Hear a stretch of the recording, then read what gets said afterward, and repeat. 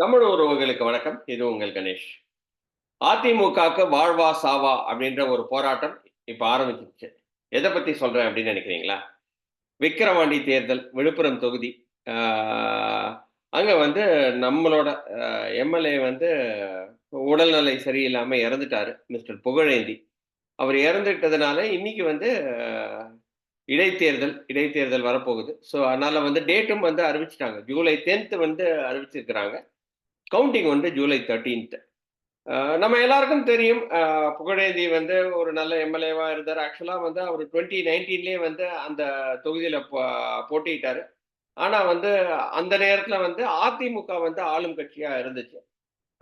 அப்ப நம்ம ஞாபகம் இருக்கு இல்லையா? ஜெயலலிதா அம்மையார் இறந்த உடனே எடப்பாடியார் தான் வந்து 2021 வரைக்கும் வந்து சிஎம்மா இருந்தாரு. அப்ப வந்து விக்கிரவாண்டியில வந்து இடைத்தேர்தல் வந்தது. அதுல புகழேந்தி நின்னாரு, தோத்தாரு.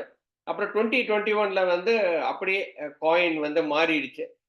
திமுகவுக்கு ஆதரவா வந்து 2021 இருந்தது. ஸோ அதனால வந்து அப்போ வந்து புகழேந்தி வந்து ஜெயிச்சுட்டாரு.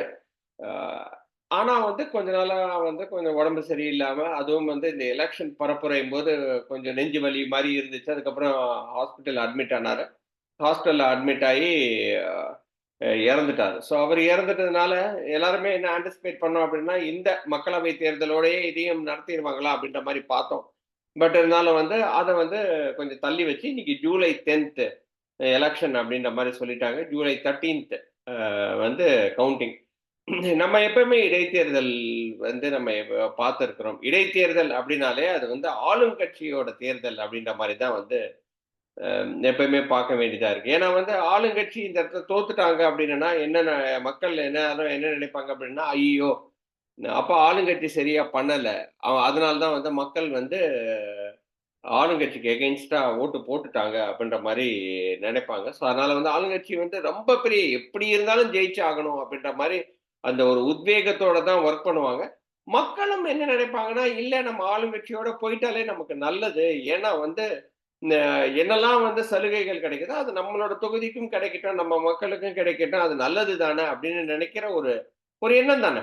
ஸோ அதனால வந்து ஆளுங்கட்சி யாரோ, ஆளுங்கட்சியோடயே நம்ம ஓட்டு போட்டுறலாம் அப்படின்ற மாரி தான் வந்து எல்லாருமே மனநிலைமை அப்படிதான் இருக்கும்.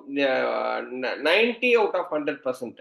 நான் சொல்றது 90 அவுட் ஆஃப் 100% வந்து மக்கள் வந்து ஆளுங்கட்சிக்கே தான் ஓட்டு போடுவாங்க அப்படின்ற மாரி தான் இருக்கு. ஸோ இன்னைக்கு ஆளுங்கட்சி யாரு அப்படின்னு பார்த்தோன்னா, திமுக.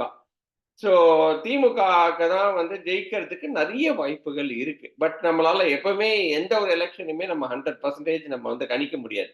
அதுக்கு பெஸ்ட் எக்ஸாம்பிள் இப்ப 2024 நடந்த நாடாளுமன்ற எலக்ஷன் தான். எல்லாருமே என்ன யோசிச்சாங்க, நம்ம எக்ஸிட் போல்ஸ்லாம் நம்ம பார்த்தோம். ஆ 340, 400 வரைக்கும் சொன்னாங்க. கடைசியில வந்து என்டிஏ கூட்டணி 290 தான் கிடைச்சது. அதே மாதிரி வந்து பிஜேபி வந்து சிம்பிள் மெஜாரிட்டி கூட வாங்க முடியல. ஸோ ஸோ அதனால வந்து ஒரு எலக்ஷனை எப்பயுமே நம்ம கணிக்க முடியாது. பட் இது இடைத்தேர்தல்ன்றதுனால அதுவும் ஒரு சிங்கிள் தொகுதி, ஒரு சிங்கிள் கான்ஸ்டிட்யூவன்சி அப்படின்னும்போது ஓரளவுக்கு நம்ம ப்ரெடிக்ட் பண்றது கொஞ்சம் ஈஸியா தான் இருக்கும்.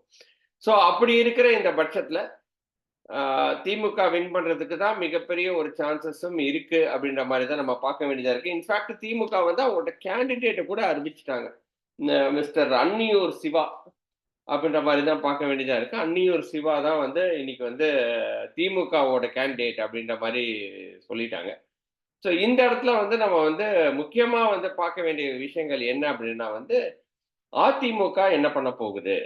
ஏன்னா வந்து பாட்டாளி மக்கள் கட்சி ஏற்கனவே சொல்லிட்டாங்க, நாங்க தான் இங்க நிக்க போறோம். ஏன்னா வந்து இங்க வந்து வன்னியர் மக்கள் விழுப்புரம் வன்னியர் மக்கள் நெறைய வாழ்ற ஒரு இடம்ன்றதுனால வந்து பாட்டாளி மக்கள் கட்சி ஏற்கனவே இந்த 2024 மக்களவை தேர்தல்ல வந்து சௌமியா அன்புமணி வந்து நிக்க வச்சு அவங்க வந்து ஒரு 25,000 ஓட்ல வந்து கிட்டத்தட்ட தோத்துட்டாங்க.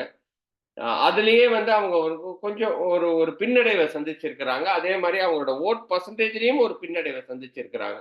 இல்ல நாங்க வந்து 2026ல வந்து நாங்க இன்னும் ஒரு ஒரு ஒரு பிளேயர் தான். நாங்க இன்னும் வந்து ஒரு ஒரு உத்வேகத்தோட தான் இருக்கோம். நாங்க வந்து தமிழ்நாடு பாலிடிக்ஸ்ல வந்து ஒரு ஒரு ஒரு பெரிய ஃபோர்ஸ் அப்படின்னு காட்டணும் அப்படின்னா, இந்த எலக்ஷன் தான் அவங்க 100% வின் பண்ண முடியலனாலும் 2ண்ட் பொசிஷனுக்கு வரணும் அப்படின்ற மாரி அவங்க நினைப்பாங்க. ஏன்னா வந்து வன்னியர் மக்கள் நெறைய இருக்கிற தொகுதி.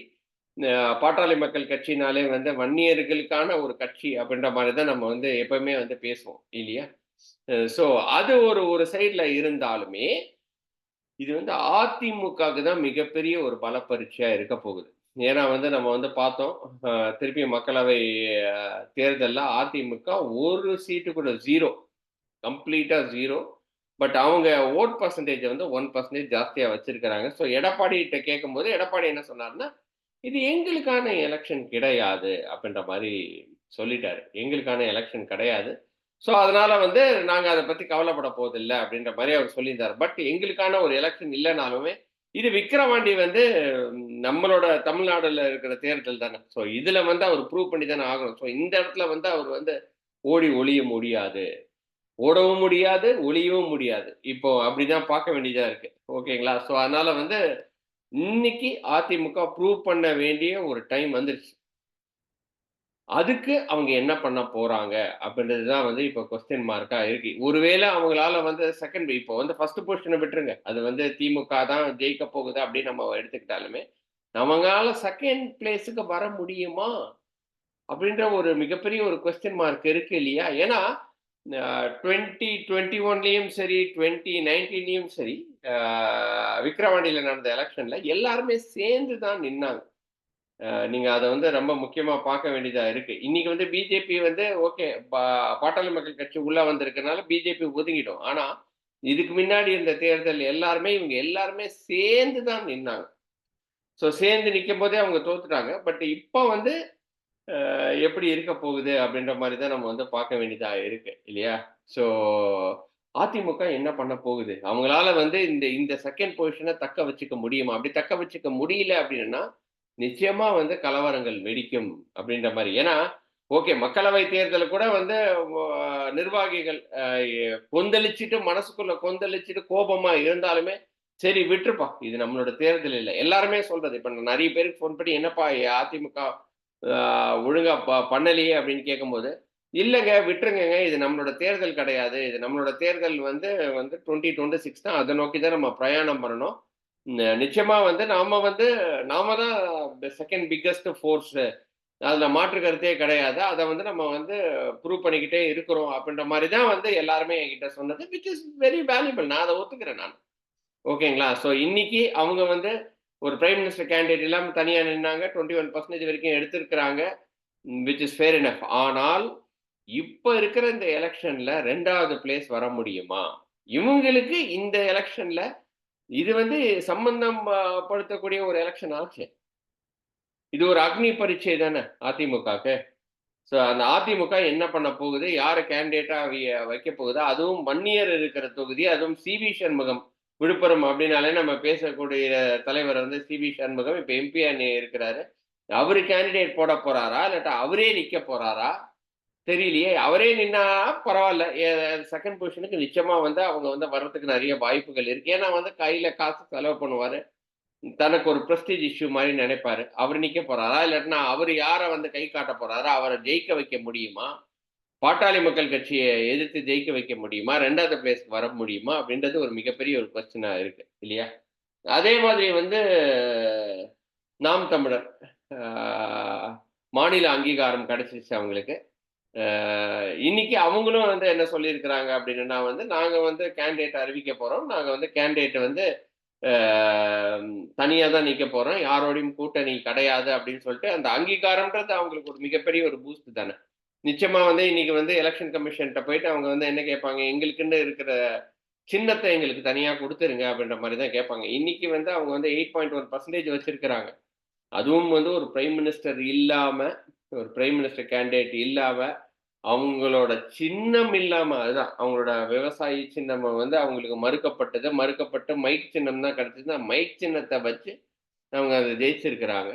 அ அந்த அந்த ஜெயிக்கிற பட்சத்துல, அ இன்னைக்கு வந்து அவங்க வந்து தனி சின்னத்த கோரப் போறாங்க. அந்த சின்னத்த வச்சு ஃபர்ஸ்ட் டைம் வந்து விக்கிரவாண்டி தேர்தல்ல நிக்கப் போறாங்க. அவங்க எவ்வளோ ஆ ஓட்ட வந்து அவங்க பிரிக்கப் போறாங்க. அவங்க யார்கிட்டேருந்து பிரிக்கப் போறாங்க?